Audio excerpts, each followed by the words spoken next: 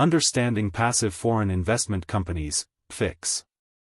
A passive foreign investment company, PFIC, is a foreign corporation that meets specific criteria set by the Internal Revenue Service, IRS, based on its income generation and asset composition.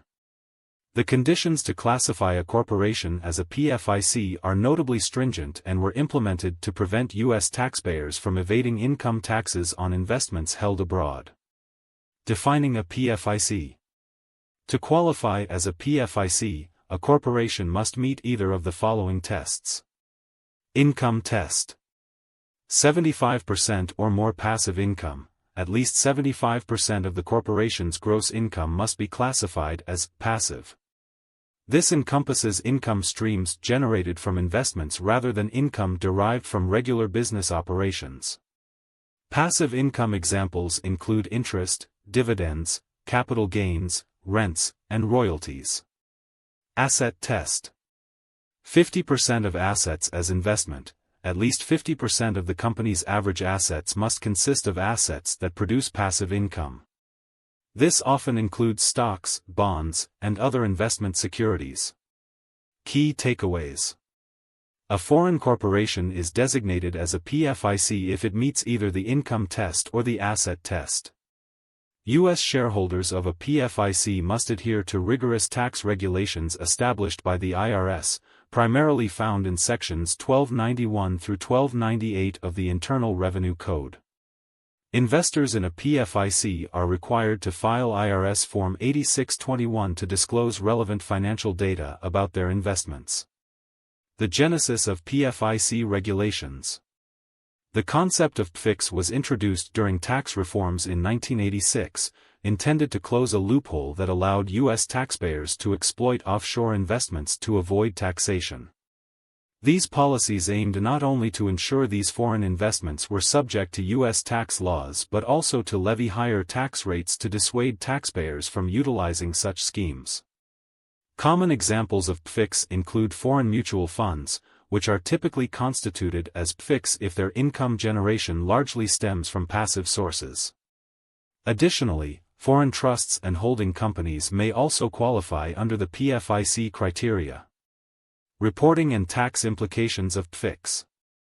The reporting requirements for U.S. investors involved in PFICs can be quite burdensome. Here are some critical points for understanding PFIC tax implications.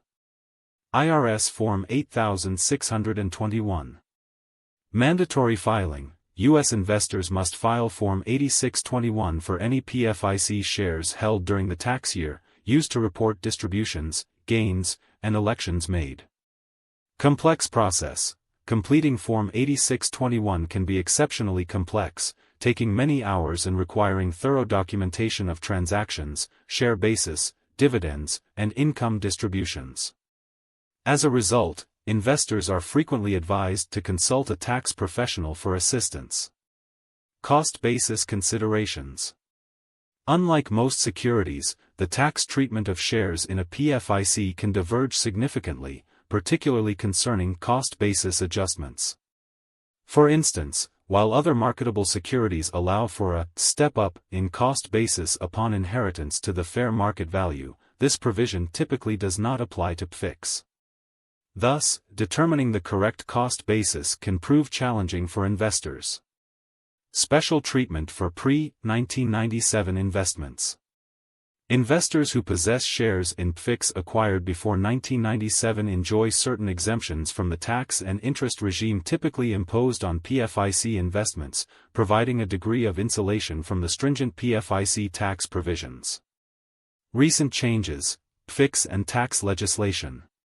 The Tax Cuts and Jobs Act, TCJA, of 2017 modified some PFIC provisions, particularly regarding the insurance industry. Under the new provisions, income linked to an insurance business is not classified as passive unless more than 25% of the corporation's total assets, as reflected on its financial statements, are attributable to insurance liabilities. Proposed regulations. In December 2018, the IRS proposed further clarifications to PFIC regulations to refine existing rules under the Foreign Account Tax Compliance Act, FATCA, and to better define what constitutes an investment entity. Further proposed changes in July 2019 sought to elaborate on the insurance exception mentioned earlier. Avoiding PFIC classification. For U.S. investors looking to diversify their portfolios while steering clear of PFIC status and consequent taxation, there are alternative investment avenues.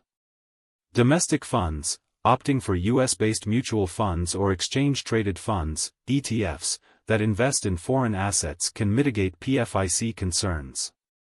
Avoiding direct foreign investments. By concentrating on domestically listed funds, investors can enjoy international exposure without entering PFIC territory. Conclusion. The emergence of PFICs transformed the landscape of foreign investment taxation for U.S. investors post-1980s.